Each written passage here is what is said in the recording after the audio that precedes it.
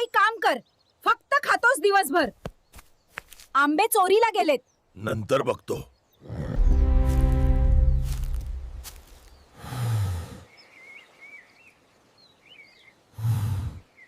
हे ठसे वाऱ्याचे नाहीत,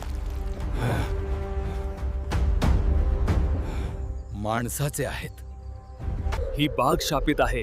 इथून निघून जा.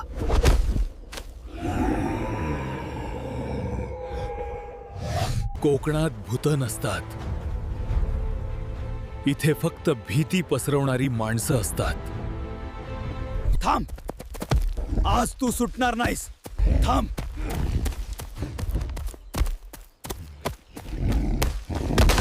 कायदा हातात घ्यायचा नसतो, पण कायद्यापर्यंत पोहोचवायचं असतं. हा आहे आपला कोकणी हल्क, मळ्याचा खरा राखणदार. मी फक्त माझं कर्तव्य केलं, बाकी काही नाही.